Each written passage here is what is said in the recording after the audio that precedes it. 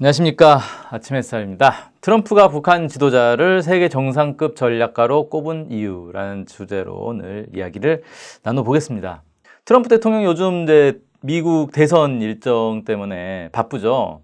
지금 공화당 후보로 확정이 됐다 그러고요. 민주당도 아마 그 바이든 전 부통령이 후보로 확정이 됐을 거예요. 그래서 트럼프 대통령이 요즘 이제 바이든에 대한 공격을 계속 연이을 하고 있습니다. 바이든의 무능력함을 주로 이제 공격하는 것 같아요. 그러면서 이제 최근 나왔던 재밌는 발언이 이틀에 걸쳐서 이렇게 나온 발언인데, 자기가 이제 대통령을 해보면서 다른 나라 정상들을 이렇게 쭉 만나보니까 미국이 매우 주의해야 될 그런 정상들이 있더라라고 하면서 그들은 매우 예리하다.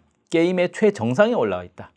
세계 정상급 체스 선수다. 체스의 달인이다. 마스터 이런 표현들을 써가면서 아주 주의해야 될 인물들이 있다. 이렇게 얘기를 한 거예요. 물론 이제 체스라고 비유를 한 거죠. 그러니까 상대방 대통령, 정상들이 미국을 상당히 대하는데 미국을 이렇게 쥐고 흔든다. 그래서 미국 대통령이 정신 못 차리면 미국이 훌러덩 날아갈 수가 있다. 이런 얘기를 한 거예요. 근데 바이든이 이걸 해낼 수 있을까? 자기가 볼 때는 못할 것 같다. 이렇게 이제 바이든은 공격을 하는 거죠. 근데 이게 그 체스의 달인, 세계 정상급 체스 선수, 라고 표현한 사람이 누군가 4명을 언급을 했습니다. 첫 번째, 북한의 김정은 위원장. 두 번째, 러시아의 푸틴 대통령. 세 번째, 중국의 시진핑 국가주석. 그리고 네 번째, 터키의 에르도안 대통령. 이렇게 4명을 지목을 했어요. 근데 국내 언론을 보니까 약간 특이한 게, 이 소식을 국내 언론이 많이 다뤘어요. 기사로 이제 사실 보도를 많이 했는데, 상당수의 언론이 제가 본 것 중에는 한 3분의 2 이상, 한 4분의 3 정도는 터키 대통령을 빼고 3명에 대해서만 언급을 했더라고요. 그러니까 북한, 러시아, 중국 지도자만 언급을 하고 터키를 딱 빼버렸더라고요. 왜 뺐을까 생각을 해보면요. 제가 볼 때는 기자들이 무식해서 그런 것 같아요. 터키가 여기 갑자기 왜 등장하지? 이거 이해를 못 하는 거예요. 그러니까, 잘 모르는 사람이 들어와 있네? 그리고 그냥 빼버린 게 아닌가.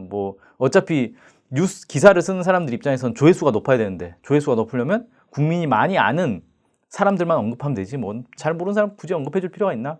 이래서 뺀 거 아닌가 싶은데, 좀 너무 이제 상업주의로 가는 건가 싶기도 하고.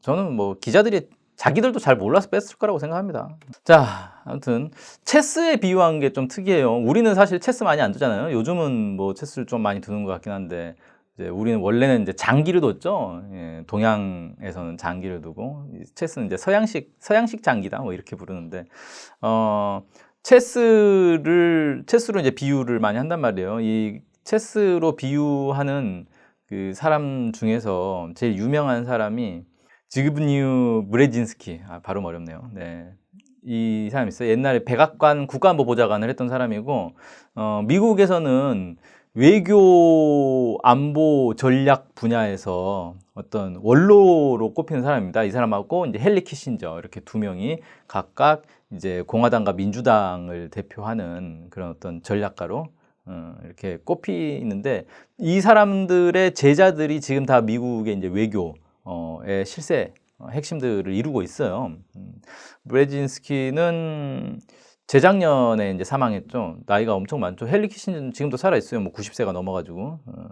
자, 근데 이 브레진스키가 1998년에 쓴 책이 있습니다. 거대한 체스판이라고, 그랜드 체스보드 이런 이제 제목의, 국내에는 2000년에 아마 이제 번역본이 출판이 됐을 거예요. 거대한 체스판이라는 책을 썼는데, 이 책의 내용이 뭐냐면은 이제 자기가 이제 늙음하게 후학을 이제 키우겠다 그러면서 이제 자기가 키우는 애들을 위한 교재를 만든 거예요. 쉽게 말해서. 그래서 미국이 대외 전략을 어떻게 짜야 되는가를 쭉 설명한 겁니다. 그래서 이 책을 보시면, 책도 얇아요. 내용 그렇게 많지는 않습니다. 지금 국제사회가 어떻게 굴러가고 있고, 국제 질서가 어떻게 형성돼 있고, 그 과거에 이제 고대부터 시작을 해가지고 세계를 제패한 나라들의 특징들을 쭉 살펴봅니다. 그러면서 진정 세계를 제패했다고 할 수 있는 나라는 징기스칸의 원나라밖에 없다. 이렇게 좀 정리를 하더라고요, 이 사람이. 그러면서 유라시아 대륙을 평정한 사람이 세계를 지배하는 거다. 그래서 미국도 유라시아 대륙을 평정해야 된다. 이 얘기를 합니다. 그래서 유라시아 대륙을 평정하려면 어떻게 해야 되는가 그러면서 이 주요 지역들, 주요 국가들에 대한 특징들 어떻게 공략할 것인가 이런 공략법들을 이렇게 쭉 담은 공략집이에요. 쉽게 말해서.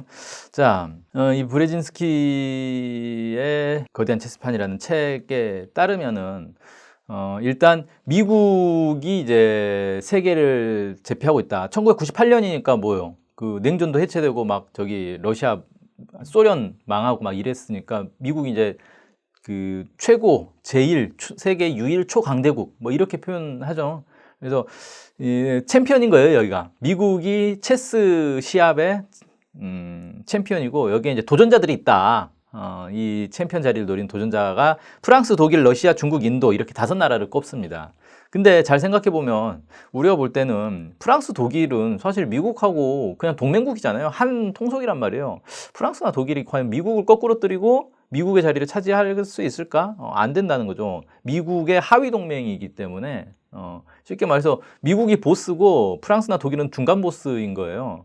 쿠데타를 하고 싶어 할 수는 있겠는데 지금의 구도로서는 얘네들은 도전자는 아니다. 그런 관계가 아니다. 뭐 이렇게 좀 보여지고 그다음에 인도 같은 경우는 인도가 지금 당장 어떻게 미국을 대체해서 새로운 어떤 이제 세계 어떤 초인류 강대국으로 등장하기에는 아직은 좀 멀지 않았나. 러시아나 중국하고는 좀 급이 다르지 않나. 국제사회에 미치는 영향력 자체가 그렇잖아요, 인도가. 그래서 인도도 좀 아닌 것 같고, 그렇게 놓고 보면 사실 이제 핵심은 러시아와 중국이 될 텐데, 미국 입장에서 자신들이 경계해야 될 대상은 러시아와 중국이 가장 크게 경계해야 될 대상일 거고, 그러다 보니까 이제 트럼프 대통령이 이번에 이제 꼽은 세계 정상급 체스 선수. 이건 이제 세계 정상급 어떤 이제 전략가 뭐 이렇게 부르면 될 것 같아요. 그걸 이제 상징해서 체스 선수라고 한 거니까. 러시아, 중국이 바로 이제 자신들이 가장 이제 경계해야 되는 어떤 세계 정상급 이 전략가가 있는 곳이다. 뭐 이렇게 얘기한 것 같아요. 그 다음에 이제 브레진스키가 지정학적 추측이라는 표현을 뭐 번역을 참 이제 어려운 단어를 써서 번역을 했어요. 지정학적 추측이라고 해서 여기는 뭐냐면은 중요 길목인 거예요. 그래서 여기를 누가 장악하고 있느냐에 따라서 세계를 누가 제패할 수 있느냐 유리한 지점, 유리한 고지. 다라는 거죠. 그래서 여기도 5개를 꼽았는데 우크라이나, 아제르바이잔, 한국, 터키, 이란 이렇게 5개를 꼽았습니다. 근데 지금 이제 최근 몇 년 동안 미국이 가장 골치 아파한 곳이 사실 터키예요. 물론 이란을 꼽는 사람도 있더라고요. 근데 이란은 사실 최근에 갑자기 미국에게 골치 아픈 존재가 아니에요. 그냥 지금까지 계속 골치 아픈 존재였던 거고. 근데 터키는 미국의 동맹국이었고 매우 우호적인 관계였던 곳인데 최근에 완전히 돌변한 모습을 보이면서 미국이 매우 골치 아파하는 그런 곳이죠. 그래서 터키가 매우 이제 중요한 지역이 되고 있는데 그래서 이제 트럼프가 터키 대통령 에르도안을 세계 정상급 플레이어로 이렇게 꼽은 게 아닌가 싶습니다. 그 다음에 북한은 이 브레진스키가 언급하진 않았어요. 근데 제 생각을 해보면 브레진스키가 이 책을 쓴 게 1998년인데 그 이전까지만 해도 북한은 사실 국제사회에 어떤 이게 강력한 영향력을 미치는 모습을 보인 건 아니잖아요. 98년이면은 북한이 1994년부터 뭐 5년 뭐 이렇게 볼 수도 있고 고난의 행군에 빠져가지고 경제가 완전히 그 심각한 위기에 처한 시기였습니다. 그래서 브레진스키가 볼 때 북한 지금 완전히 경제가 붕괴해 있는데 저 나라가 미국의 위협이 된다거나 뭐 그러진 않겠지? 신경을 안 쓴 것 같아요, 제가 볼 때는. 브레진스키가 뭐 20년 뒤에 북한이 미국의 최대 위협국이 될 거라고 뭐 상상이나 있겠습니까? 못했겠죠. 그러고 보면 좀 실력이 떨어지는 거예요. 그런 걸 이제 상상해내는 사람이 진짜 실력이 좋은 거죠. 20년 뒤에 저 나라가 어떻게 저렇게 성장하지? 이거를 예측해내는 게 진짜 실력인 거잖아요. 근데 북한이 2017년 11월 달에 이제 국가행무력 완성을 선언을 합니다. 근데 브레진스키가 그 한 몇 개월 전에 5월인가, 2017년 5월인가 이제 사망해요. 살아생전에 그걸 못 본 거죠. 국가행무력 완성 선포하는 걸. 그걸 봤으면 아마, 자기 책 다시 써야겠다라고 생각을 했겠죠. 자, 아무튼 이제 북한이 지금으로서는 사실 러시아, 중국, 터키보다 더 미국의 직접적인 위협이 되는 최대 위협국이다. 이렇게 봐야 되지 않겠어요? 사실 지금 이제 우리가 볼 때는 중국하고 미국의 대결이 가장 큰 세계의 대결이다. 뭐 이렇게 생각할 수 있고 트럼프 대통령도 당연히 중국을 가장 견제하고 있겠거니라고 생각할 수 있는데 실제로 보면은 트럼프 대통령은 임기 초반부터 계속해서 북한을 최대 변수로 놓고 있었고 북한을 상대하기 위한 하위 변수로 중국을 대하고 있었어요. 그러니까 중국은 북한을 대하기 위한 하나의 수단에 불과한 정도였다. 이런 모습들을 계속 보여줬습니다. 물론 그렇게 인정은 안 하겠죠. 설마 자기들이 북한 때문에 중국을 그냥 수단으로 생각하고 있었다라는 걸 인정하기는 어려울 거예요. 근데 실제 현실은 그렇게 했어요. 예를 들어서 2017년 12월 28일, 그러니까 임기 초반이죠. 1년 딱 됐을 때죠. 어떤 발언을 하냐면 중국이 북한 문제에 있어 우리를 돕지 않는다면 내가 항상 하고 싶다고 말했던 일들을 정말로 하게 될 것. 이게 무슨 말이죠? 내가 항상 하고 싶다고 말했던 일이 뭐냐 도대체. 중국과의 무역 전쟁입니다. 중국 쟤네들 때문에 우리 경제가 어려우니까 무역 보복을 할 거야라고 얘가 대선 전부터 계속 얘기를 해왔어요. 그래서 실제 이제 대통령이 돼가지고 취임을 하고 나서 많은 기자들이 물어보죠. 아, 이제 진짜 대통령 됐으니까 중국하고 한판 뜨는 거냐 물어보니까 아, 지금 아니다. 기다려라. 너네 뭐 왜 자꾸 싸우는 거 좋아하냐. 뭐 이런 식으로 피했단 말이에요. 그래서 왜 중국하고 한판 붙는다더니 정작 대통령 돼 보니까 상황이 다른가 했는데 그게 아니고 북한 문제 푸는 게 더 급선무였다는 거예요. 얘가 이제 대통령 당선되고 나서 아직 취임하기 전에 오바마 대통령을 찾아가가지고 얘기를 하는데 오바마 대통령이 야, 북한 미사일이 지금 미국을 겨냥하고 있다. 큰일 났다. 이게 지금 우리 안보의 최대 이슈다. 이걸 풀어야 된다. 근데 나는 임기도 다 끝나가고 난 모르겠다. 너가 알아서 잘해와라. 이랬단 말이죠. 그러니까 트럼프가 볼 때는 중국이 문제가 아니고 중국하고는 돈 문제란 말이에요. 누가 지금 돈을 더 많이 버느냐의 문제인 건데 북한하고의 문제는 그냥 미사일이 날아와서 내가 죽느냐 사느냐의 문제란 말이에요. 그러니까 당연히 북한 문제에 꽂힐 수밖에 없고 중국은 하위 변수인 거예요. 그래서 중국과의 무역 분쟁은 북한 문제를 푸는데 도움이 되면 하고 도움이 안 되면 안 하겠다라는 거예요. 그러니까 지금 이게 뭐예요? 중국한테 야, 우리가 너네 무역 보복을 할 수 있어. 근데 북한 문제에서 우리한테 협조를 해주면 무역 보복 안 할게. 이러고 있는 거잖아요. 이게 사실 2017년뿐만 아니라 그 이후에도 계속 됩니다. 그리고 나중에 중국이 북한하고 완전히 손을 잡고 북한 편이라는 게 드러난 이후에 무역 전쟁을 시작하죠. 그다음에 아까 이제 그 브레진스키와 또 쌍벽을 이루는 전략가 있다 그러잖아요. 헨리 키신저라고. 헨리 키신저는 트럼프 대통령하고도 이렇게 종종 만나나 보더라고요. 자기의 어떤 외교 자문으로 인식을 하고 있어요. 그래서 트럼프 대통령이 헨리 키신저의 어떤 이제 조언을 이제 듣는데 무슨 얘기를 하냐면은 북한이 트럼프 대통령을 미쳤다라고 여기도록 행동을 해라. 그러니까 쉽게 말해서 미친 척 해라라는 거죠. 그런 조언을 했다는 거예요. 그게 이제 최근에 미국의 한 그 하원 의원이 발간한 책에 나오던데 이게 좀 황당하잖아요. 외교 전략가라는 사람이, 외교 자문이라는 사람이 우리로 치면 뭡니까? 문정인 교수나 뭐 이런 사람인 거예요. 이런 사람이 대통령한테 가가지고 북한 상대하려면 이게 까다로우니까 그냥 미친 척 하세요. 그럼 뭔가 답이 나올 것 같습니다. 라고 얘기하는 거예요. 자기 나라 대통령 보고 미친 척 하래요. 세계 초인류 국가라고 하는 미국의 대통령 보고 살고 싶으면 미친 척 하라. 이거 뭐예요? 무슨 옛날에 무슨 영화에서나 보는 그런 장면인 거죠. 그래서 실제로 많은 사람들이 트럼프 그 뭐 미치광이 전략이니 뭐 그런 얘기를 했잖아요. 이걸 이제 헨리 키신저가 알려준 방법이었다. 뭐 이렇게 이제 얘기를 하더라고요. 근데 이건 뭐냐면은 그만큼 미국이 위기에 몰렸고 다른 수가 없다라는 거예요. 사실 어느 나라 대통령이 미친 척 하고 싶겠어요.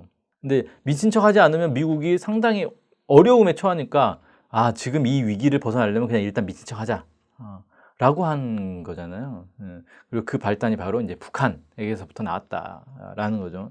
그래서 이제 미국이 볼 때, 트럼프가 볼 때, 북한의 김정은 위원장은 정말 자신을 매우 곤란하게 만든, 공경에 처하게 만든 어떤 세계 정상급의 전략가구나. 라고 인식할 수밖에 없었다는 거죠. 그래서 그 4명을 이제 꼽은 거예요.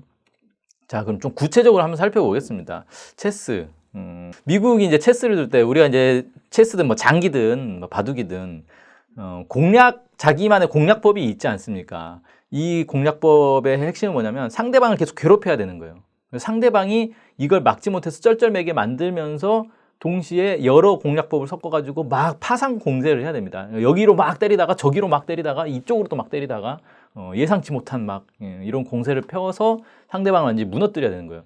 이게 게임이라는 건 결국은 정신력, 의지력의 싸움인 거거든요. 공황 상태에 몰리도록 막 이 공세를 펼치는 게 매우 중요하죠. 그러지 않고 그냥 평이한 누가 와도 뻔한 공격, 의도가 읽히는, 수가 읽히는 그런 공격은 상대방에게 타격이 되지 않습니다. 자, 그래서 미국은 지금까지 이 약소 국가들을 공략할 때 어떻게 공략했느냐 보면은 정말 단순하게 공략을 했어요. 그러니까 수가 뻔히 보이는 공략을 합니다. 근데 미국은 체력이 워낙 좋으니까 그렇게 해도 먹히는 거예요. 다른 약소 국가들이 자기들이 당하는 걸 뻔히 알면서도 당할 수밖에 없는 그런 이제 걸 했는데, 뭐 크게 이제 미국의 공략법 하면은 세 가지를 꼽습니다. 군사력. 군사력을 가지고 전쟁 위협을 하는 거예요. 너 말 안 들으면 쳐들어간다. 그리고 실제 말 안 들으면 쳐들어가 버리죠. 막 이라크, 아프간 뭐 이런 데 막 쳐들어가 버리지 않습니까? 그래서 이런 이제 군사력을 통해서 상대방을 굴복시키는 거. 그 다음에 이제 경제력. 야, 말 안 들으면 경제 봉쇄야 너네. 경제 제재 해버린다. 막 무역 제재한다. 그리고 뭐 신용 등급 낮출 거야. 뭐 이런 식으로 위협을 합니다. 아니면 이제 또 역으로 야, 너네 이거 말 들으면은 우리가 경제 지원해 줄게. 경제 혜택을 줄게. 최혜국 대우를 해줄게. 뭐 이런 식으로 하죠. 이런 식으로 이제 회유를 하는 게 있어요. 뭐 중국에 대해서 이런 걸 옛날에 많이 했었죠. 90년대에. 그래서 중국을 어떻게든 WTO 가입을 시키려고 이런 거 혜택을 막 주고 그랬습니다. 그래서 이제 경제를 통한 공략, 그 다음에 이제 마지막으로 사상 문화적인 공략이 있어요. 그래서 지금도 여전히 유효하죠. 이거는 사실 되게 오래된 공략인데, 뭐 예를 들어서 우리가 흔히 먹는 햄버거, 코카콜라 이런 게 이제 미국식 문화를 전파하는 거예요. 그래서 그 나라 사람들이 미국을 좋아하게 만들어 버리는 거죠.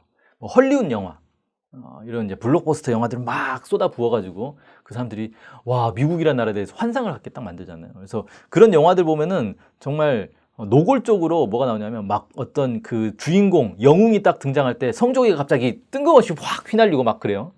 그런 모습들을 이제 연출을 하는데, 이런 거라든지 미국이 우월한 존재다, 미국은 따라 배워야 될 존재다, 이런 것들을 계속 그 나라에 주입을 합니다.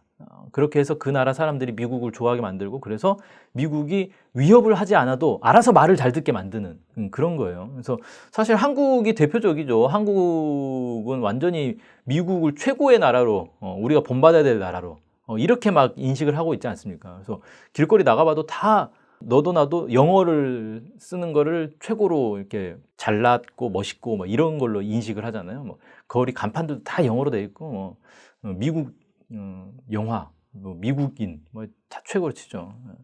이런 이제 문화를 막 전파를 하는 거예요. 의도적으로. 그렇게 해서 미국이 원하는 대로 저 나라를 주무를 수 있도록 그렇게 이제 만드는 거죠.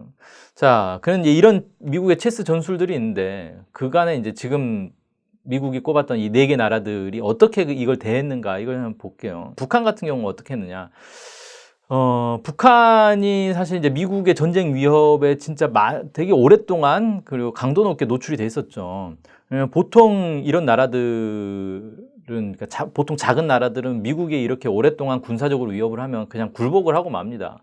사실 이제 미국의 항공모함 같은 경우, 핵 항공모함에 실린 이제 전투기 뭐 이런 걸 보면은 웬만한 나라의 군사력하고 맞먹는다 그래요. 그러니까 항공모함 한 대만 보내도 저 나라랑 전투를 할 수 있는, 전쟁을 할 수 있는 그런 급인데, 그런 항공모함을 3척이나 막 보내가지고 북한을 위협하고 이런 적이 한두 번이 아니었단 말이에요.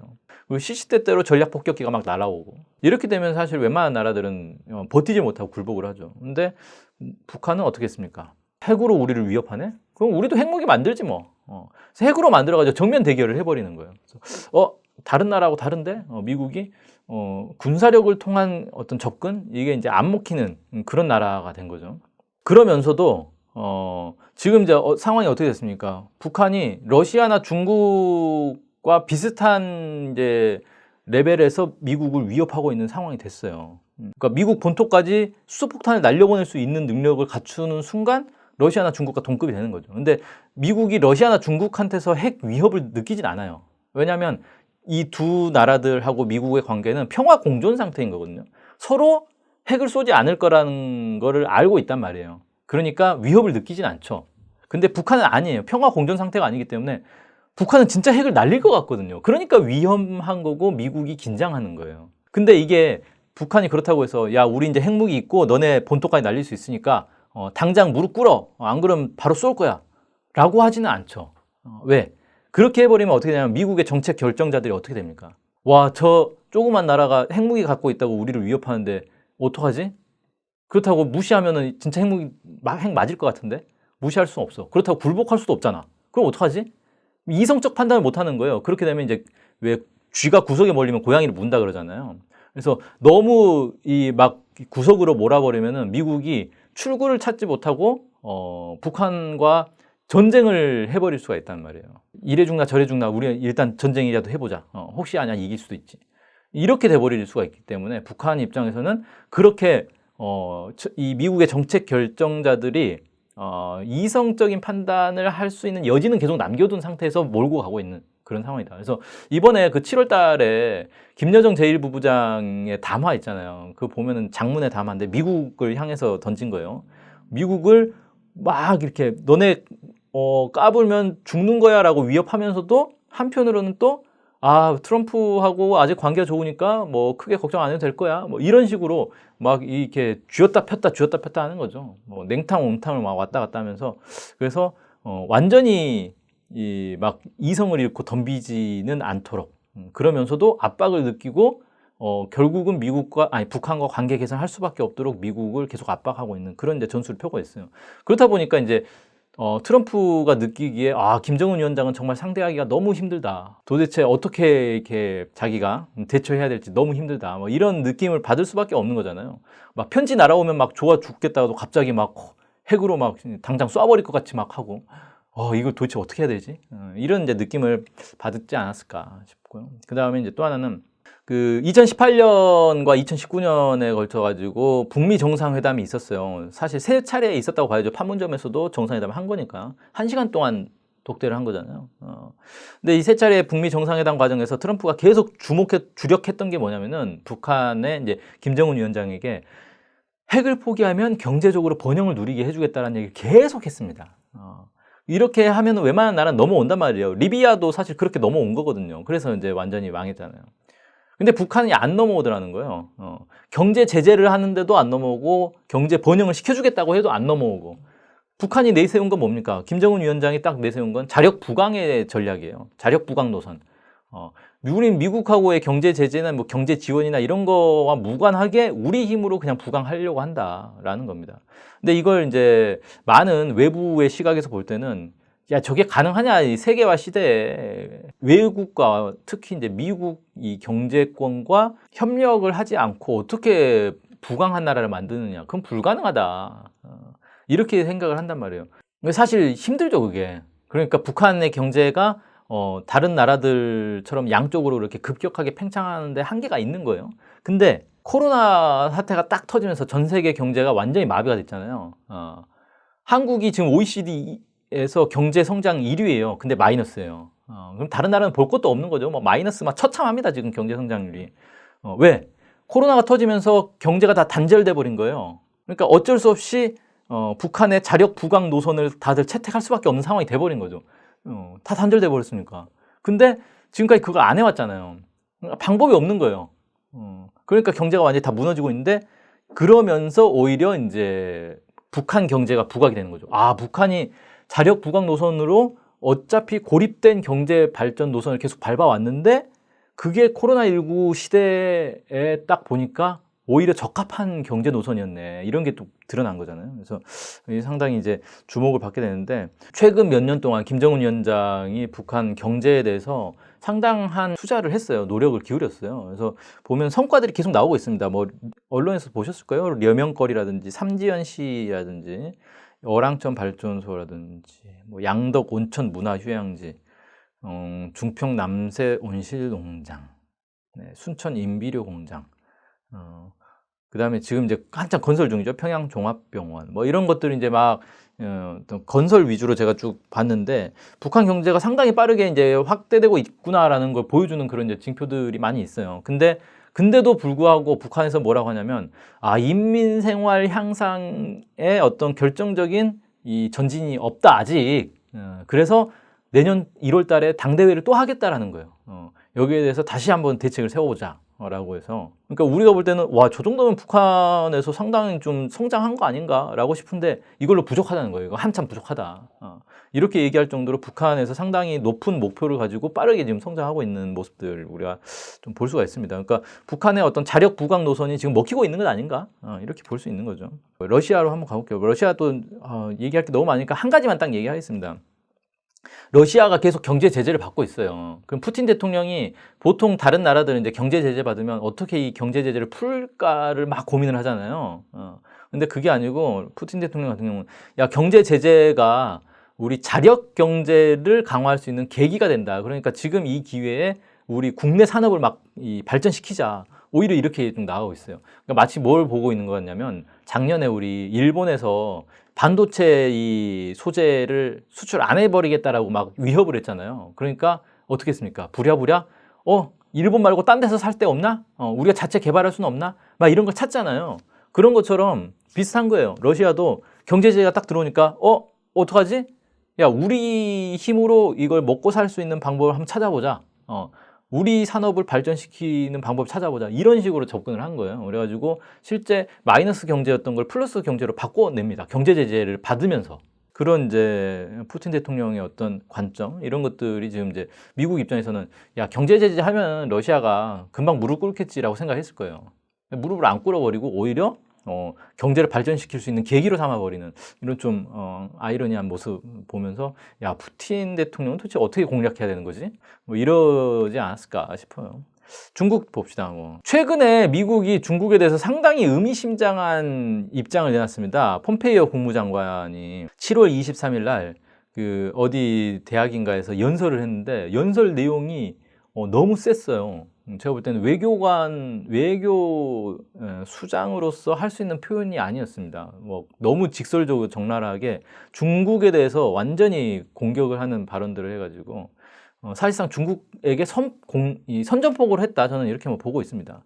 우리가 중국을 바꾸지 않으면 중국이 우리를 바꿀 것, 상당히 위협을 느끼고 있는 거예요. 그래서 중국이 지금 미국을 차지하려고 하고 있기 때문에 우리가 중국을 차지해야 된다, 거의 이런 얘기를 했습니다. 그래서 중국 공산당, 중국의 반체제 인사들과 손을 잡고 중국 공산당을 무너뜨릴 거야 라고 대놓고 선포를 한 거예요. 그래서 시진핑은 독재자다 막 이렇게 하고, 그리고 그 이후에 중국하고 하는 모습을 보면 거의 지금 외교 단절의 방향으로 나가고 있는 모습을 볼 수 있습니다. 그래서 미국이 지금 중국하고 무슨 전면 대결을 고민하고 있나, 준비하고 있나, 이렇게 보일 정도로 아무튼 그렇게 하고 있는데, 중국에서 최근에 이제 이슈가 됐던 건 사실 홍콩 사태였죠.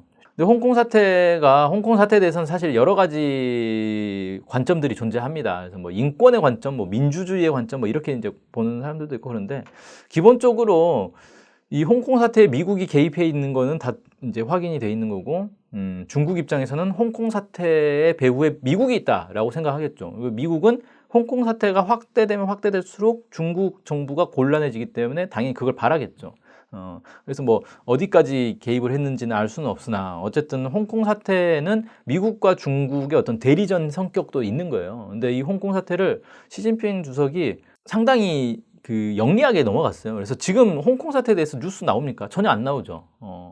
간간히 좀 나오긴 하는데, 홍콩의 그 대규모 시위를 다 잠재워 버렸어요. 양보를 해가지고 시진핑이 항복한 게 아니고 오히려 더 강경한 입장으로 홍콩에 이렇게 공세를 펴가지고 정리를 해버린 거죠, 쉽게 말해서. 그러니까 미국이 개입할 수 있는 여지를 안 남겨버린 거예요. 그래서 이런 걸 놓고 볼 때 이제 미국 입장에서는 홍콩을 이용해서, 사실 미국이 중국을 대할 때 많이 쓰는 수법입니다. 티벳을 쪽으로 접근을 하고 소수 민족들을 이렇게 지원을 해가지고 중국 정부를 계속 괴롭히는 그런 작전들을 계속 짜왔는데, 홍콩도 이제 그런 일환으로 미국이 생각했을 가능성이 높죠. 근데 홍콩이 사실 이제 미국 입장에서 볼 때는 실패한 거다, 이렇게 좀 보여지는 거고, 그러다 보니까 중국 시진핑 주석도 미국 입장에서 상당히 이렇게 만만치 않은 상대, 상당히 자기들 위협하고 있는 상대, 이렇게 느껴지겠죠. 터키로 넘어가 볼게요. 터키, 이제 국내 기자들이 도대체 터키에 무슨 일이 있는지 알고 있는지 모르겠는데, 터키는 원래 전통적으로 미국의 동맹국이었고 미국의 매우 우호적인 나라예요. 그래서 터키의 그 공군 기지들을 미국에게 공동 사용을 허가를 해줬어요. 그래서 미군 공군이 터키 기지를 이용을 합니다. 그래서 중동에서 무슨 전쟁 나면은 항상 터키 기지에서 발진을 해요. 폭격기들이. 시리아 내전도 그렇게 했고, 뭐 IS 격퇴전도 그렇게 했고, 다 터키를 기반으로 하고 있습니다. 그러니까 미국 입장에서는 터키가 매우 중요한 기지예요. 자기들의 어떤 중동 기지다, 뭐 이렇게 보면 됩니다. 뭐 대표적인 데가 인시를릭 공군 기지인데 여기에는 미군의 핵무기가 들어있습니다. 그 B-61 전술 핵무기죠. 60개인가 50개인가가 여기에 보관이 돼 있어요. 그래가지고 이거는 미 대통령이 승인을 하면 터키 공군도 사용할 수 있게 돼 있어요. 그러니까 이 핵무기는 터키 공군의 비행기에 장착해가지고 투하할 수 있도록 그렇게 허용이 된 그런 핵무기입니다. 물론 터키가 자기들 마음대로 쓸 수 있는 거 아니고 미국 대통령이 승인을 하면 쓸 수 있는 거예요. 아무튼 핵무기를 공유할 정도로 미국과 터키 사이의 관계가 매우 좋다는 거죠. 근데 어떤 일이 있었냐면 2016년에 쿠데타 사건이 발생합니다. 쿠데타인데 3일 천하도 아니고 이거 뭐죠? 30시간 천하였나? 아무튼 에르도안 대통령이 쿠데타로 쫓겨났다가 바로 다시 집권을 했어요. 정리를 했어요. 군인들도 쿠데타에 동참을 안 하고 국민들도 다 에르도안을 지지하고 막 이렇게 되니까 쿠데타 세력이 이제 쫓겨난 거죠. 그러면서 이제 미국과의 관계가 미묘해지기 시작합니다. 왜냐하면 에르도안이 볼 때는 이 쿠데타는 배후가 미국이다라고 생각한 거예요. 아니 그럼 잘 지내고 있던 미국이 뜬금없이 왜 쿠데타를 일으켰냐? 미국에게 더 잘해주겠다라는 세력이 나타난 거죠. 이 사람이 미국에 딱 붙어가지고 내가 대통령 되면 완전히 미국을 위해서 강과 쓰레기를 다 내주겠다라고 하니까 미국 입장에서는 그래 에르도안보다 얘가 더 잘할 것 같네라고 생각해서 쿠데타를 지원하지 않았겠느냐라고 이제 추정을 하는 거예요. 그렇게 이제 추정을 하는데 이 쿠데타를 러시아 정보 당국이 에르도안한테 미리 알려준 거예요. 그래서 에르도안이 이걸 효과적으로 막아낼 수가 있었던 거예요. 그러니까 에르도안이 볼 때는 미국은 자기의 적이고 러시아는 자기의 동맹이 된 거죠. 완전히 정반대가 된 거죠. 그러면서 이때부터 에르도안의 이 정책이 180도 바뀌기 시작합니다. 미국을 배척하고 러시아와 손을 잡는 그런 정책으로 바뀌어요. 그리고 쿠데타를 명분으로 자기 정적들을 다 제거를 하는 거죠. 너 쿠데타 가담했지? 제거. 그렇게 해가지고 미국과의 이제 연계를 다 끊어버립니다. 그렇게 되고 나니까 이제 미국 입장에서 이제 상당히 곤혹스러운 상황이 되는 거죠. 중동에서 계속 시리아 내전도 진행되고 있었고, 뭐 IS 격퇴전 여전히 진행되고 있고, 또 중국 이제 이란하고도 한판 붙으려고 하고 있고, 막 그런데 터키가 자기들 등을 돌려버리면 이건 곤란해지는 거거든요. 근데 2017년에 어떤 일이 발생했냐면은 그 전이면 2016년 이전에 오바마 행정부 시절에 에르도안이 오바마랑 미국의 패트리어트 미사일 도입, 지대공 미사일이죠. 이걸 도입하려고 계속 협상을 하고 있었어요. 근데 우리 같은 경우는 미국의 무기 수입할 때 어떻게 삽니까? 그러니까 미국이 내거는 조건을 그냥 그대로 수용하고 사는 거잖아요. 근데 터키는 그게 아니고, 야, 내가 너네 미사일을 구입하는 대신에 너네 미사일 기술을 우리한테 이전을 해줘라. 이렇게 요구를 한 거예요. 근데 미국이 그거 어려운데 못 하겠는데 라고 하니까 그래가지고 패트리엇 미사일 도입이 계속 난항을 겪었습니다. 협상이 진행이 안 됐어요. 그러다가 2017년에 에르도안 대통령이 이제 미국하고는 손 잡으면 안 되겠다라고 생각을 하고 러시아 무기를 수입하기로 한 거예요. 그래서 패트리엇 미사일보다 더 우수하다는 러시아 S-400 지대공 미사일을 수입을 해버립니다. 그러니까 이제 미국이 발끈한 거죠. 저게 미쳤나? 라고 생각을 하겠죠. 그러면서 이제 너네는 나토에 가입된 나라인데 나토 가입된 나라가 러시아 무기를 수입을 해가지고 그걸 운용을 하면은 러시아로 이 나토 이 무기 체계라든지 군사 정보가 흘러 들어갈 수가 있다. S-400이라는 미사일이, 그러니까 지대공 미사일 그냥 사와가지고 내가 알아서 쓰면 되는 게 아니에요. 이게 지대공 미사일은 미사일 자체도 중요하지만 레이더망이 더 중요합니다. 그럼 레이더망을 운용하는 데서 러시아가 당연히 와서 개입을 할 수밖에 없어요. 완전히 이전을 하는 게 쉽지 않은 문제란 말이에요. 그러니까 그러면 러시아 뭐 기술자들, 군사 기술자들이 와가지고 터키 기지에 딱 앉아가지고 다 들여다볼 건데 터키 기지라는 게 결국 나토에 가입됐으니까 나토 군사 정보가 왔다 갔다 하는 그런 기지인 거고. 그럼 뭐야 이거 나토 정보가 다 넘어가잖아. 안 돼! 이렇게 이제 딱 한 거예요. 근데 에르도안 대통령이 이미 계약했는데 어쩌라고 그러면서 이제 해버린 거죠. 그러니까 이제 미국에서 너네 그런 식으로 나오면 그 우리 팔기로 했던 F-35 40대인가 50대인가 이걸 판매 안 하겠다라고 위협을 해요. 그러니까 에르도안이 그래? 그럼 우린 수호이기 살게. 러시아 수호이기 사면 되지.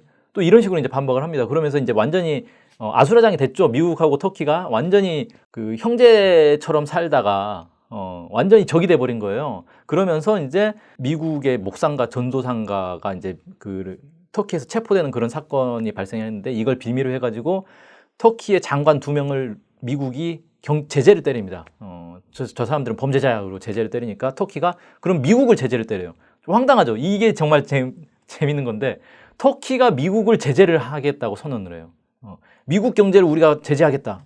아무튼 그러면서 완전 가까운 동맹국 사이에 서로 제재를 하는 그런 이제 난투극이 벌어지는 거예요. 그러면서 이제 미국 의회에서 그러면 S-400을 도입한 터키에 대해서 우리가 전면적인 경제 제재에 돌입하자라고 해서 이제 법안을 막 마련하려고 하니까 터키가 아 그래? 너네가 우리를 제재하면 우리는 그럼 공군기지 사용을 금지하겠어. 너네 공군기지 다 빠져. 이렇게 이제 위협을 하고 나서는 거죠. 근데 이제 문제는 뭐냐면은 공군기지 빠지는 너네 이거 못 써. 그리고 동결을 시켜버린단 말이에요. 동결을 시키면 뭐냐면 거기에 있는 미군 물품을 가지고 나갈 수가 없어요.